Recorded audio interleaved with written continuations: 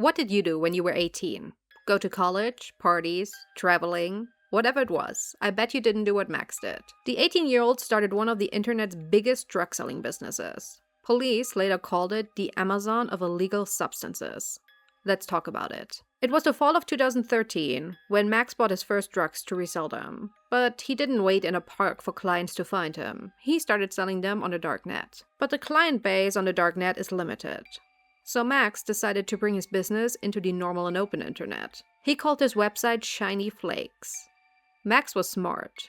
The site was easily findable on Google for every regular person, but it was also secure. He managed to encrypt the site to such a degree that not even the police could find out who was behind it. He sold weed, medication, and even ecstasy.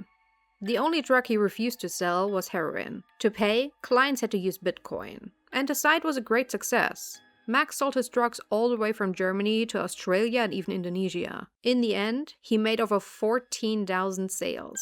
Max ran his illegal business better than most people run their legal ones. He informed himself about his competition, made great product photos, and he even had his drugs tested in labs to make sure they were the highest quality. All of this was done in his childhood bedroom, which his parents were not allowed to enter.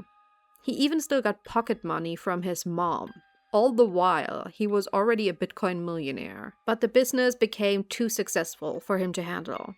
He started making mistakes. He stopped correctly stamping the packages, or they were sent to the wrong addresses. Max, of course, couldn't put his home address on them. So the packages went back to the postal service. And they, of course, opened them and found the drugs. The police immediately noticed that all of them were sent from Leipzig in Germany.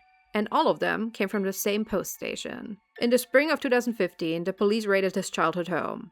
They found 50,000 euros in cash and over 300 kilograms of drugs. The most shocking thing for the police, though, was that they didn't find some old crime boss, but rather a teenager. Max, of course, had to go to prison.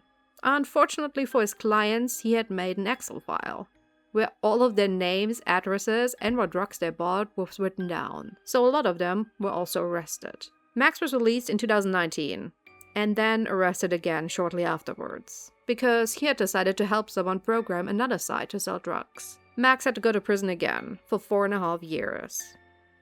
Netflix, meanwhile, made a whole show out of Max's story called How to Sell Drugs Online.